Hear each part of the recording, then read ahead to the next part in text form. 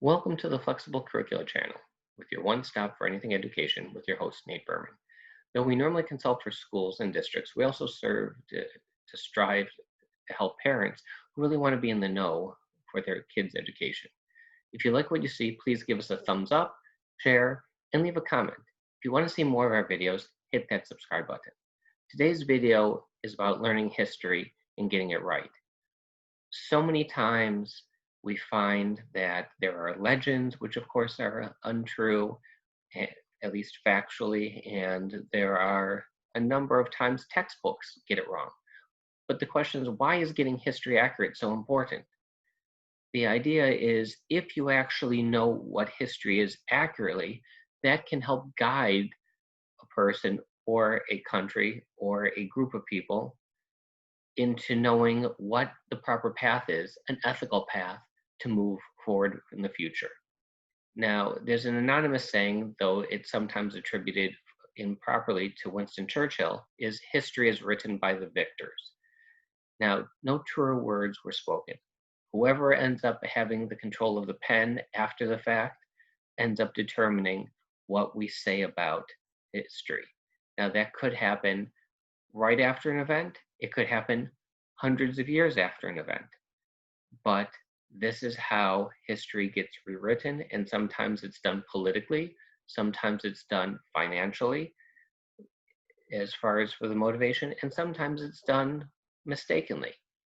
But it's very important to know what accurate history is. Now, as far as for the best way to understand that is to look at what's known as primary sources.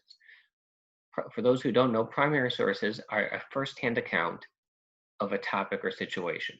That means someone giving eyewitness testimony or responding based on that, whether it happens to be making a cartoon or writing a song or a poem or something else of that sort, but right after seeing an event or being part of an event or a topic, a person chose to put something into more permanence of that nature. Now, the problem with textbooks is there's biases in textbooks. Whoever is doing the funding for the professors that are actually doing the work will end up including or excluding individuals or topics that go against the funders' guidelines or funders' commitments and aspirations. So that's why one group, ethnicity, or minority might be overemphasized in one textbook and underemphasized in another. And if you look through textbooks for even just American history from the last 60 years, you'll see wide ranges of different ethnicities and minorities that are given credence and given their proper due, and though at times that they aren't, depending on what the political and economic and financial reality is of that time. Now, to avoid that, it's helpful to go to primary sources. So the question is, where can a teacher go to actually access primary sources? Or if you're homeschooling your child, where's the best way to find those primary sources?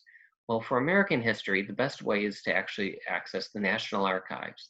There's also a site that they've set up called Docs Teach, and this is to give a wide breadth of primary sources throughout American history at different time periods. Another one, in terms of, you've heard the saying, a picture's worth 1,000 words, is Life Magazine Photo Archive.